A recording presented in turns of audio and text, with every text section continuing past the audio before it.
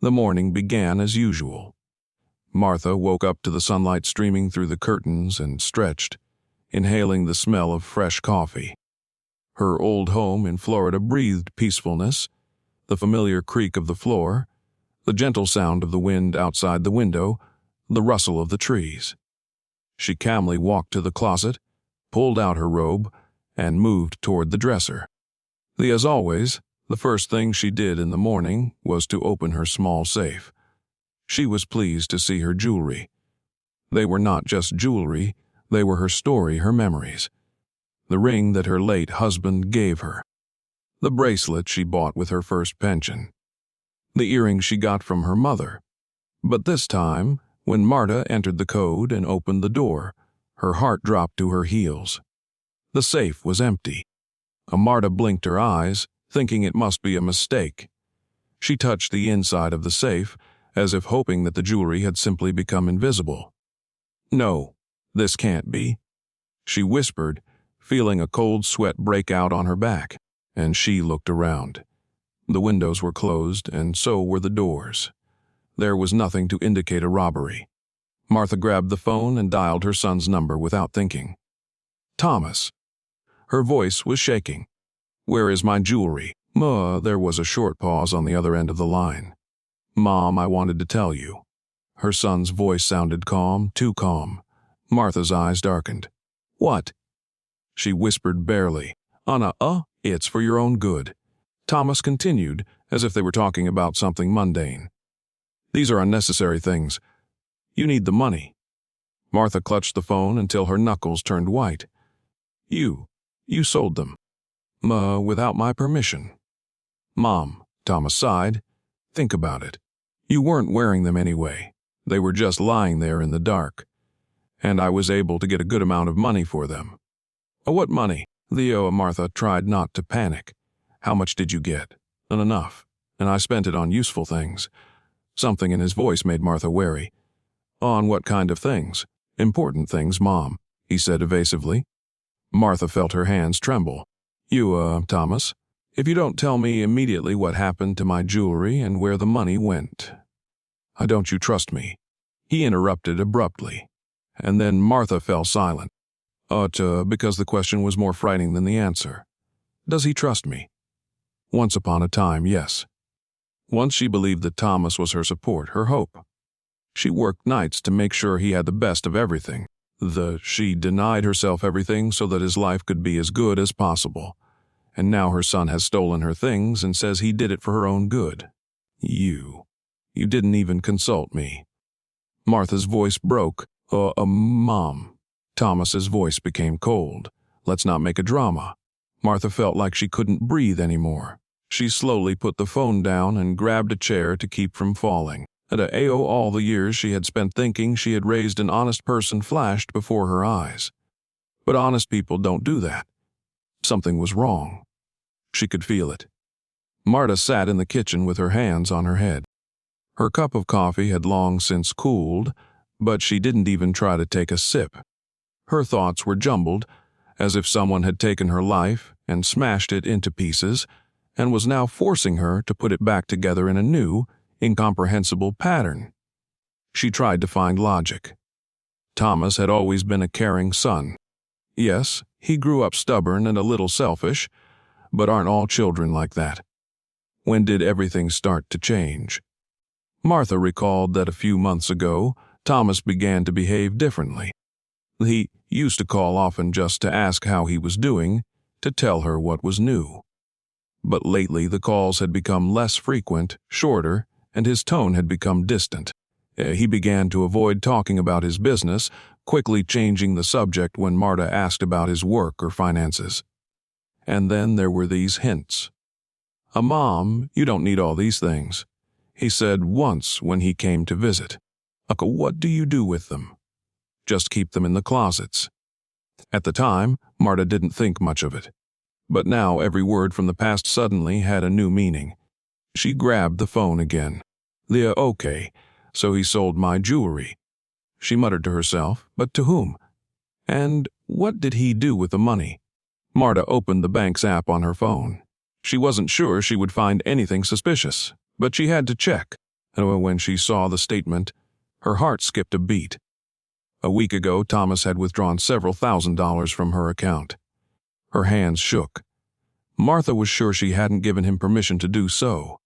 But he had access, though she had once signed documents authorizing him to manage her accounts if necessary. She never thought it would be a problem. He was her son. He was supposed to take care of her, not take her money without permission. The phone rang again. Mom, it was Thomas. Mom, I thought you'd be grateful, he said, his voice strained. I care about you. Thomas. She pursed her lips. You took money from my account. There was silence on the other end. It's not quite like that, he finally spoke. Mom, you don't understand. I had my reasons. I want to know what you spent the money on. His silence lengthened. Thomas. Mom, I've gotten into a little trouble. Trouble? What kind of trouble? It doesn't matter, he said quickly, as if he was afraid she would ask more questions. Martha closed her eyes. Things were even worse than she thought. Something was going on and he wasn't telling her. Martha felt as if the world had turned upside down. She had always believed that her son, her own blood, would never betray her. And now the money was gone, the jewelry was sold, and worst of all, Thomas didn't even think he had done anything wrong.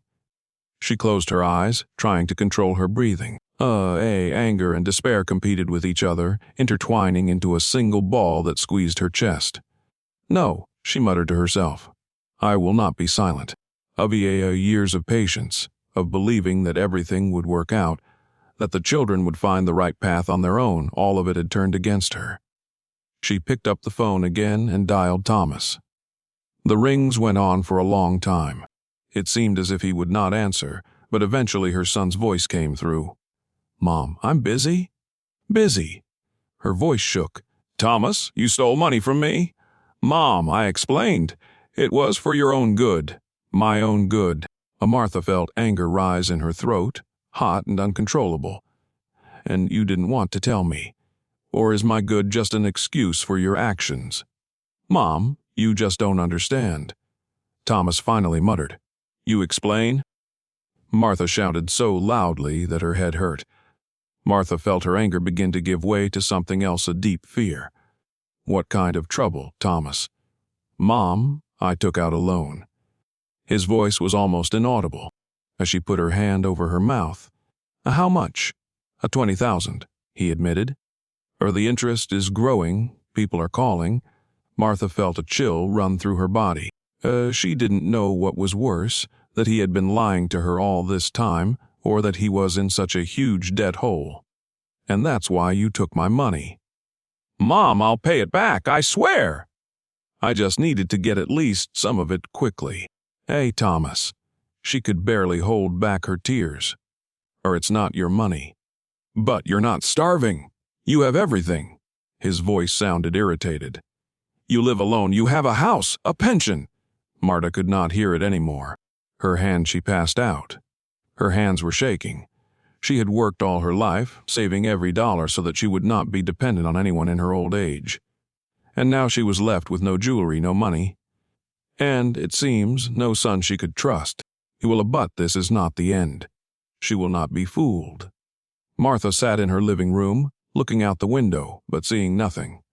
Thoughts flew chaotically in her head. Her son had gone into debt. He sold her jewelry without even asking. She believed that this was the worst thing that could happen. But the worst was yet to come. She knew her son. His voice on the phone. It was more than just a debt. Martha grabbed her phone and opened her contact list. A friend from the bank, Margaret, used to work in the loan department. Hi, dear. Martha tried to sound calm, even though her heart was pounding. I have a slightly unusual question. Could you see if Thomas took out a loan from your bank? Oh dear, I don't work in the loan department anymore. But wait, her friend's voice became serious. Thomas, is that your son? Yes. And Martha felt a cold stream run down her back. Oh, what? Martha's voice sounded panicked. A few months ago he came to us. He needed a loan, but, Margaret sighed, that wasn't his only business. Martha almost dropped the phone. What do you mean? He came with a woman, a young beautiful. A woman. Martha felt her heart clench. He didn't tell me he had someone. I don't know the details, Margaret replied, but she seemed to have an effect on him. He seemed confused. Martha ran her hand over her face. Who is this woman?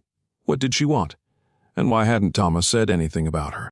Martha hung up the phone and felt a new anger boiling up inside her. She opened her son's social media.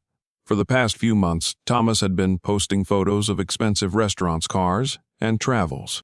And every other photo was of her. Young, long-legged, with luxurious hair and a wide smile. The caption, "My queen. Everything for you." Martha closed her eyes. Now she understood. This was not just a loan. This was a woman to whom Thomas was willing to give everything. Even the things that didn't belong to him. Martha sat at the kitchen table, clutching a cup of iced tea. She had lost track of time. Fragments of conversations, the face of the woman in the photo, her son's lies kept replaying in her head. How could he? She closed her eyes.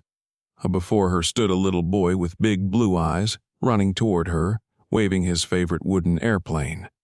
"Mom, look! I'll teach him to fly!" Thomas jumped up and down with joy. He was a good boy. He was sensitive.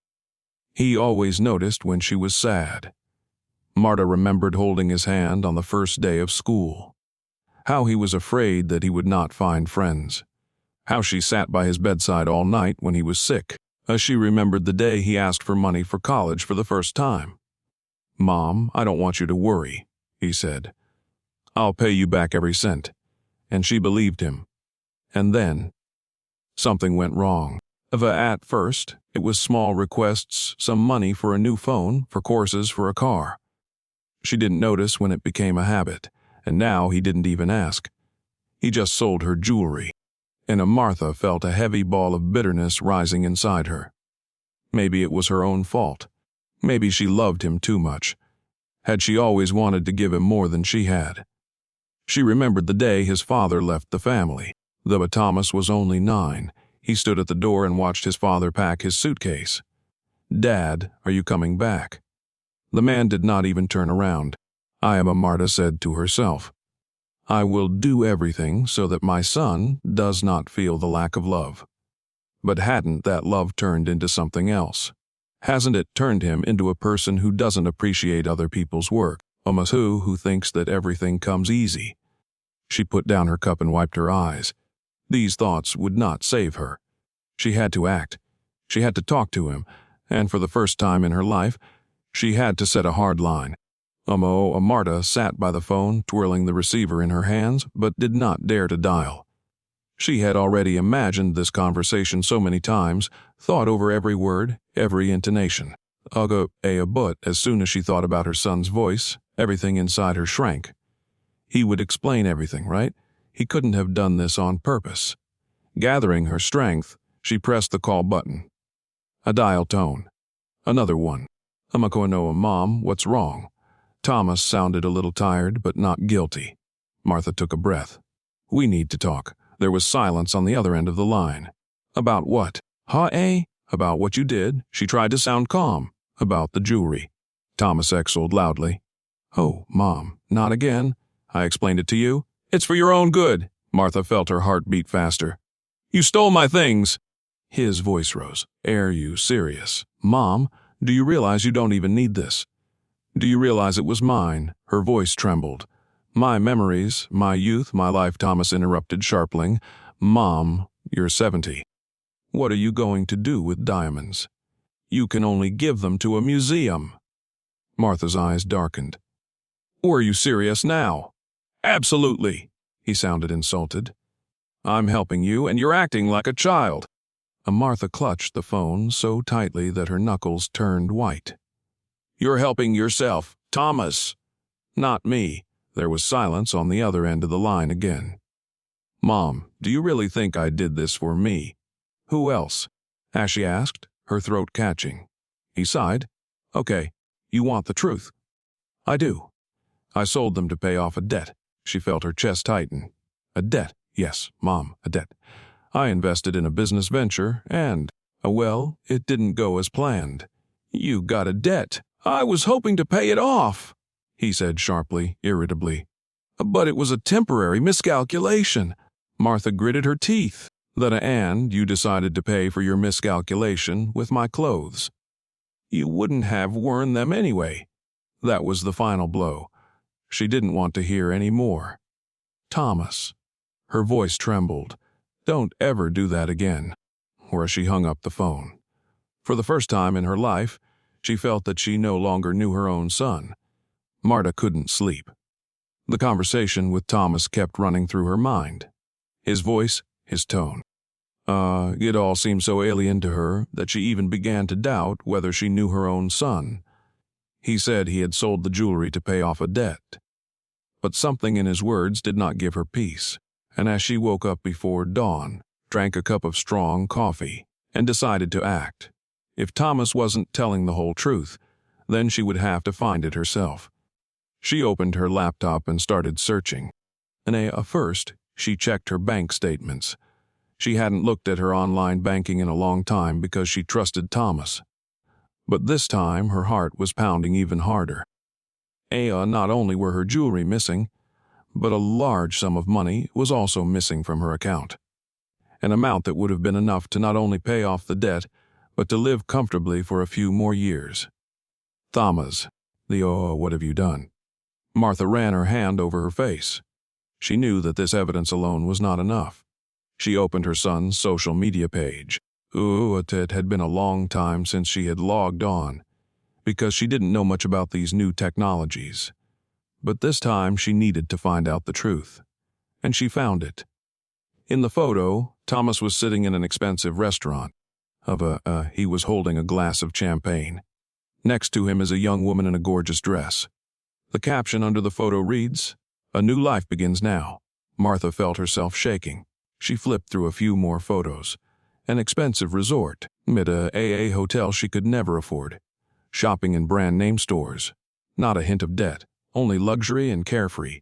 She would have liked to be wrong. But everything fell into place. Thomas wasn't selling jewelry to save himself from debt.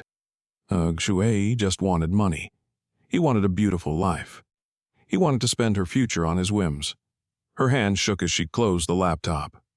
She knew that nothing would be the same after this. The only question was what she would do next. Marta sat in the kitchen, staring at the wall, her head pounding. She couldn't believe that her son, her own boy, could do such a thing.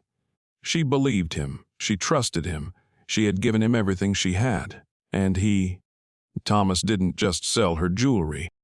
He squandered the money on a woman, luxury, and a beautiful life while she counted pennies. She knew she had to act. She couldn't just sit there and grit her teeth. Her heart was racing as she picked up the phone and began dialing Thomas's number. "Mom, what's wrong?" He sounded sleepy and irritated. "I can't right now, I'm busy." He didn't even try to sound convincing. "Busy." Her voice broke. "Thomas, I know everything." Silence, long, sticky, unbearable. "What exactly do you know?" He finally said from the other end of the phone. "I've seen the bank statements. I've seen the photos." He fell silent again. "It's not what you think," he finally said. "Oh, really?" Her voice rang with anger. "What is it then? Explain it to me, because I don't seem to understand." "Mom, you said you wanted me to be happy." Martha felt something inside her snap. "Thomas." Her voice was cold. "Did I work my whole life for your happiness? Was it for your happiness that I wore this jewelry for decades, cherishing it as my most precious memory?" He was silent. "It was for your own good," he finally muttered. Martha laughed. "My good?" she repeated.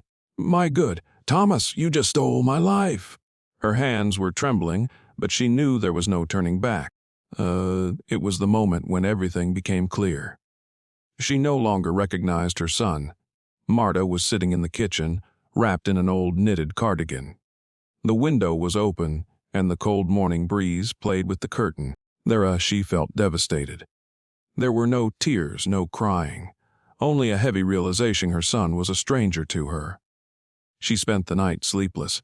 She turned her thoughts over and over again, trying to find logic in what had happened. Thomas had not just taken her jewelry. He had destroyed something much more important, trust. How could she go on living? What to do? She was scared.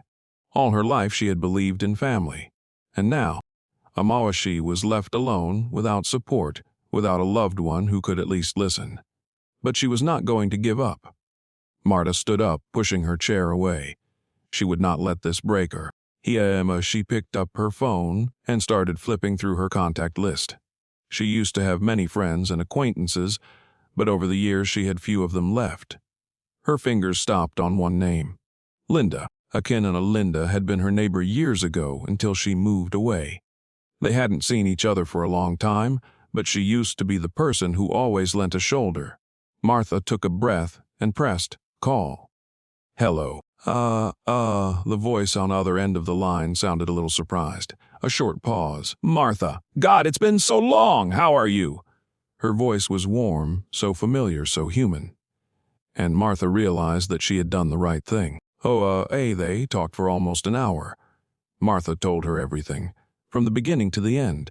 She did not hold back her emotions.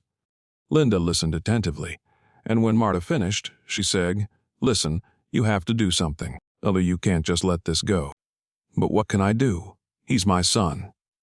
So what? He acted like a fraud. These words hurt Martin's thoughts. A fraud. She didn't want to think of it in those terms, but wasn't it true? I know a lawyer, Linda said. He specializes in cases like this. Give him a chance. Martha clutched the phone in her hands. She had never thought she would have to go to a lawyer for her son. Okay, she said quietly. Give me his number. It was her first step toward regaining control of her life. And although she was scared, she knew she couldn't stop. Marta stood at her son's door. Her hands were shaking, but not from the cold. They were shaking with anger, resentment, and pain. She was not ready for this conversation. But she could not put it off any longer. She took a deep breath and knocked. There was silence for a few seconds. Then she heard the sound of footsteps from inside. The door opened, and Thomas appeared on the threshold. His eyes narrowed. What are you doing here? His voice was dry and indifferent. Martha felt anger boiling in her chest. We have to talk. Thomas sighed and stepped aside, letting her into the apartment. Martha went in. The apartment was empty, with things scattered about and empty bottles on the table. She remembered his childhood room. He had once been a neat boy who put his toys in a box before going to bed. What happened to him? Speak quickly, he said, falling into a chair. Martha clenched her fists. How could you? Her voice trembled. I raised you, I trusted you, and you stole the last of me. Thomas rolled his eyes. Don't start, Mom. I'm your son. What are you sorry for? Martha felt her hands shake even more. Sorry. You took my things without my permission, sold them, and now you say you're sorry. She took a step forward. How could you do this to me? Thomas huffed. What did you expect? Do you think this is easy for me? Life is expensive, Mom. I needed money. And you decided to steal it from me? He shrugged. You weren't wearing them anyway. I thought you wouldn't notice. Martha felt her breath hit her. She couldn't believe she was hearing this from her son. A lie. Can't forgive you, Thomas, he shuddered. Are you trying to break up with me over some stupid jewelry? This isn't about jewelry. Her voice trembled. I can't trust you anymore. He was silent for a moment. And then he said in a low voicing, then don't trust me. And this time the silence between them was a real chasm.